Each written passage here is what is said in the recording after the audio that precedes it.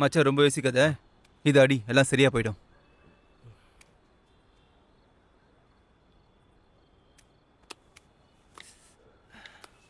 முதல்ல இந்த ஸ்பீட் பர்சனாலிட்டினா என்னன்னு தெரிஞ்சுக்கணும்ல.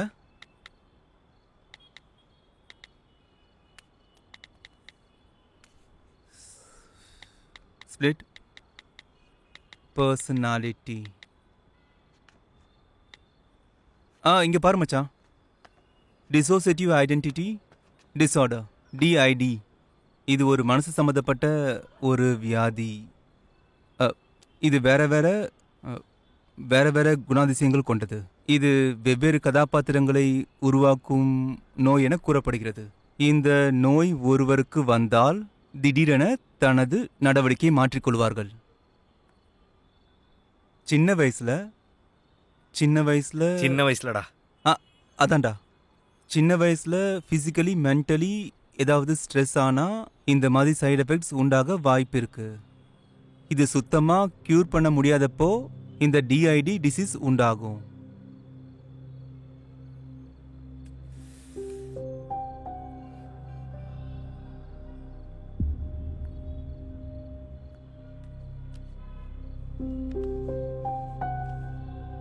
புரிஞ்சுதா மச்சான்?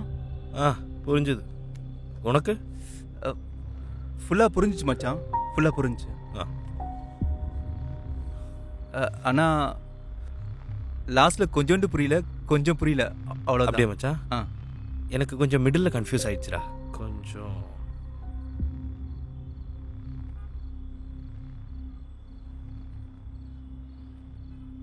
மச்சான், அம்மா சத்தியமா ஒண்ணுமே புரியலடா. எனக்கும் ஒண்ணுமே புரியலடா. இப்போ என்னடா பண்றது மச்சான்? டேய் மச்சான், ஒரு ஐடியாடா. என்ன மச்சான்? கார்த்திக் கிட்ட கேட்கலாமா? வேணாம் மச்சான், அந்த பக்கம் போய் 2 வருஷம் ஆகுது. அந்த பக்கம் போகக்கூடாதுன்னு டிசைட் பண்ணியிருக்கேன். நீ வரியோ வரலையோ, நான் போய் பார்த்துக்கிறேன். வேண்டாம் பார்த்தா, நான் சொன்னா கேளு. இப்போ அங்கே போகிறது சரி இருக்காது. ஃப்ரெண்ட்ஸ் என்கரேஜ் பண்ணலான்னு பரவாயில்ல, டிஸ்கரேஜ் பண்ணாதீங்கடா. வா. டே பார்த்தா. மச்சான் வேணாம் மச்சான். வாடா மச்சான், எனக்கு என்னவோ தப்பா படுது. அதுவும் இந்த நேரத்தில் அவங்க வீட்டுக்கிட்ட போயிட்டு எனக்கு என்னவோ தப்பா படுதுடா. அவங்க 2 பேரும் ஸ்டோரி போடுவோம், நடுராத்திரி வந்து கல்லடிச்சே, அப்ப நல்லா இருந்துச்சா? ஏன்டா தேவையில்லாம பேசிட்டு இருக்க? உனக்கு கஷ்டமா இருந்தா கார்ல போய் உக்காந்துக்கோ, நான் எப்படியாச்சும் மேனேஜ் பண்ணிக்கிறேன். சரி, நான் வெளியே போறேன். பார்த்தா, முராக், ஹாய். இங்க என்ன பண்ணிட்டு இருக்கீங்க? அது ஆடு வேணும். கார்த்திக் கிட்ட கொஞ்சம் நாங்க பேசணும். அவன் எக்ஸ் கேர்ள் ஃப்ரெண்ட், 2 வருஷம் ஆச்சு பிரேக்கப் ஆகி. கார்த்திக், ஹாய். உன்கிட்ட கொஞ்சம் பேசணும்டா.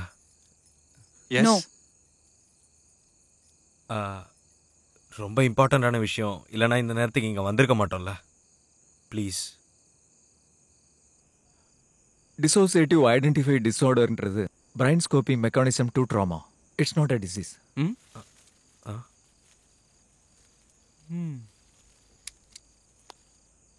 ட்ரோமா அப்படின்னா ஒரு கஷ்டமான இன்சிடென்ட், ஒரு சம்பவம். நம்மளால எக்ஸ்ட்ரீம் லெவல் தாங்க முடியாதுன்னு சொல்லுவோம்ல, அது என்ன வேணா இருக்கும்ல. என்ன வேணாலும் இருக்கலாம். தேங்க்ஸ். வீட்டில் ஏதாவது ராபரி, அப்படி இல்லைன்னா நமக்கு பிடிச்சவங்களோட சாவு. முராஜ் கேஃபேல ஃபயர் ஆக்சிடென்ட் ஆனா அது ட்ராமாட்டிக் ஆகுமா? டே மச்சான், பரவாயில்லடா. பாசிபிள். சப்போஸ் உங்க கெஃபேக்கு ஃபயர் ஆக்சிடென்ட் ஆனா என்ன பண்ணுவீங்க? ஃபயர் சர்வீஸ் கால் பண்ணுவேன். ஓகே. சப்போஸ் நீங்க 5 வயசு சின்ன பையனா இருந்தா என்ன பண்ணிருப்பீங்க? தெரியல. நீ இப்போ எப்படி தெரியலன்னு சொன்னியோ அதே மாதிரி ஒரு 5 வயசு குழந்தை ஒரு எக்ஸ்ட்ரீம் ட்ராமாவை ஃபேஸ் பண்ணும்போது அதோட மைண்ட் அதை ப்ராசஸ் பண்ண முடியாது. ஒரு சின்ன குழந்தை ஒரு துன்பத்தை அனுபவிக்கும் போது என்ன நடக்குதுன்னு அதுக்கு சொல்ல தெரியாது. அந்த கெட்ட சம்பவத்தை அந்த குழந்தை மறக்க முயற்சி பண்ணும், ஆனா அது முடியாது. அப்போ அந்த பிரெயின் அந்த நிகழ்வை பிளாக் பண்ணும். Now the kid thinks it's fine. இந்த மாதிரி கெட்ட சம்பவங்கள் அடிக்கடி நடந்தா பிரெயின் எல்லா கெட்ட நினைவுகளையும் பிளாக் பண்ண ட்ரை பண்ணும்.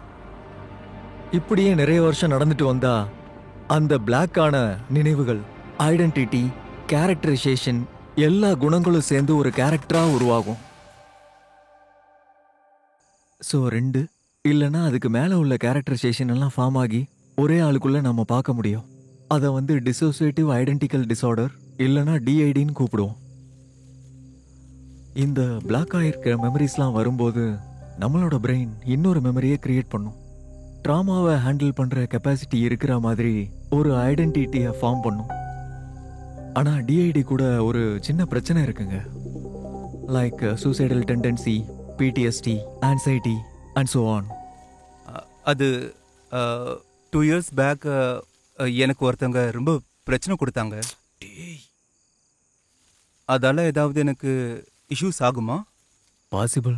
ஆனா டிஐடி வர பாசிபிள் கம்மி தான். என்ன ட்ராமா அது? ரொம்ப இன்டென்ஸ் அதிகமா இருந்துச்சா? சுமார் போக போக உங்களுக்கே புரியும், விடுங்க. ம்.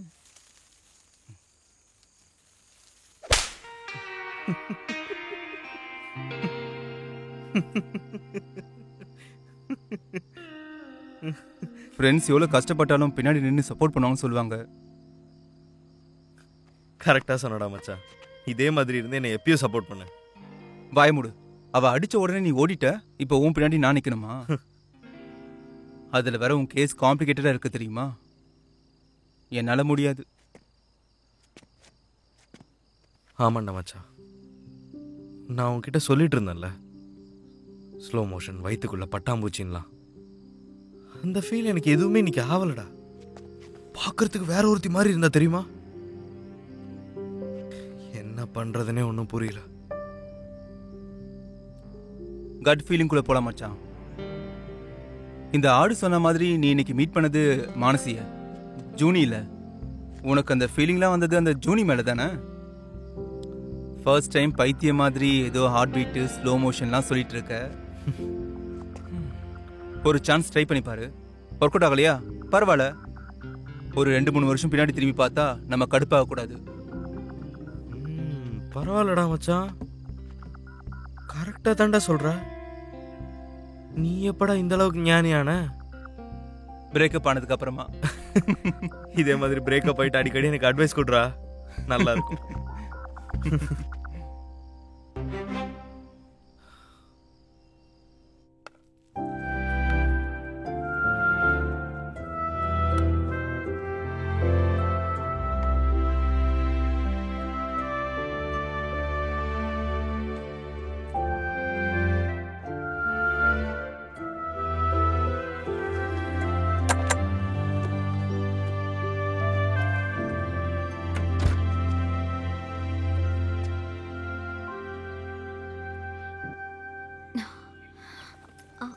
I just can't help it.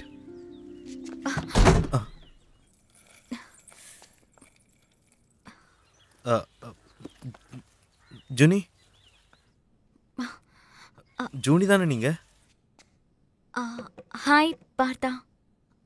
அது காத்துல கதவை வேகமா சாத்திடுச்சு, சாரி. ஓகே, கொஞ்சம் கதவு திறக்கறியா? இல்ல, அது ஸ்டக் ஆயிடுச்சு. ஸ்டக்? ஏதாவது ஹெல்ப் வேணுமா? யாராச்சும் கூப்பிடுவா? No no, it's fine. நான் உள்ளேயே இருக்கேன். அண்ணா கொஞ்சம் வழிய விடுங்க. சாரிக்கா, கொஞ்சம் லேட் ஆயிடுச்சு. சாரி பார்த்தா. அது எல்லாம் தெரிஞ்சதுக்கு அப்புறமும் நீ திரும்ப வருவேன்னு நான் எக்ஸ்பெக்ட் பண்ணவே இல்லை. ஏன்? நான் என்ன சொன்னாலும் யாரும் நம்ப மாட்டாங்க, அதான். அப்படியே நம்பினாலும் சில பேர் என்ன பைத்தியம்னு சொல்லுவாங்க. நான் நம்புறேன். ஆக்சுவலி எனக்கு இன்னும் சரியா புரியல, but I would like to understand. என்கிட்ட யாரும் இந்த மாதிரி சொன்னதே இல்லை. Idiots they are. அது அன்னைக்கு நான் வர ரெடியா தான் இருந்தேன். ஆனா ஜூனி, இட்ஸ் ஓகே. நீ வந்து ஸ்கெட்ச் புக்ஸை விட்டு போயிருந்த, அதான் கொடுத்துட்டு போகலான்னு வந்தேன். அப்புறம் நீங்கள் கெஃபேயோட ரெகுலர் கஸ்டமர், ரொம்ப நாளாகவே வரல, அதான் எங்கள் கடையிலேருந்து ஒரு காம்ப்ளிமெண்ட். எனக்குன்னு ஒரு ரூல் இருக்கு. என் கெஃபே கிச்சனை விட்டாக்கா நான் வெளியே ஆர்டர் எடுக்கவோ இல்லை டெலிவரி கொடுக்கவோ போக மாட்டேன். But you seems like nice person. ஒரு வாட்டி ரூலை பிரேக் பண்ணாக்கா எந்த தப்பு இல்லைன்னு ஒரு நல்ல ஃப்ரெண்டு சொல்லியிருக்காங்க. அதனால தான் நான் வந்தேன். ஷாங்க்ரியா காஃபி 8 to 10 ஓப்பனில் தான் இருக்கும். நீங்கள் ஃப்ரீயாக இருந்தால் வாங்க.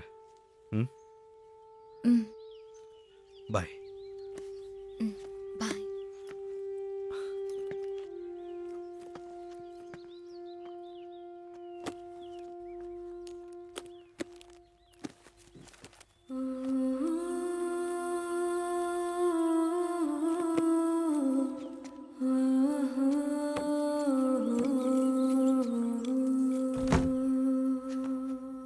ஃபைனலா லோன் பீரியட் முடிஞ்சு. we need to celebrate. நாளைக்கே பார்ட்டி. எப்படி இருந்தாலும் என்னோட பிஎஸ்சி புது ரெசிபி ரெடி தான். ஆனால் நான் இப்போ கொஞ்சம் பிஸியாக இருக்கேன். எவ்வளவு புது ரெசிபிடா கண்டுபிடிப்ப? அதிகமா இருந்தா நல்லதுதான். பிரான்ச்சைஸ் பண்ணும் போது யூஸ் ஆகும். ஆ பிரான்ச்சைஸா? ஆ, ஆ, அது வந்து ரமேஷ் கிட்ட நான் பேசினேன். பிரான்ச்சைஸ் ஆரம்பிச்சா ரொம்ப நல்லா இருக்குமா. டி நகர்ல ஒரு இடம் காலியா இருக்கு. முதல்ல அங்க ஆரம்பிங்க, அப்புறம் கோடம்பாக்கம், விருகம்பாக்கம், பாம்பே, டெல்லி அது வரைக்கும் போலாம். என்கிட்ட சொல்லாம கொல்லாம யார் யார்கிட்டயும் பிளானிங் பண்றதுல உங்களுக்கு என்ன உரிமை இருக்கு? ஒரு ஷெஷ்வான் ஃப்ரைட் ரைஸ் வேணும், எக்ஸ்ட்ரா ஸ்பைஸ் வேணும்.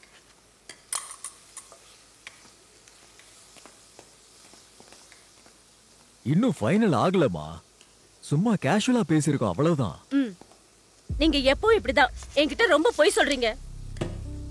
ரிஸ்கா அன்சேஃப்ட் டெசிஷன் எடுக்கும்போது என்கிட்ட நீங்க சொல்லவே மாட்டேங்கிறீங்க. அப்புறம் நான் இதெல்லாம் கெட்டு போறதுக்கு பண்ணிருக்கேனா? நம்ம நல்லதுக்கு தானமா. உங்களுக்கு நான் சொல்றது, உங்கள் 2 பேருக்கும் சண்டை போடணுமா? வெளியே போய் சண்டை போடுங்க. அதுக்கப்புறம் கெஃபே பற்றி ஏதாவது பிளான் இருந்தால் ஓனர்கிட்ட பேசுங்க ப்ளீஸ்.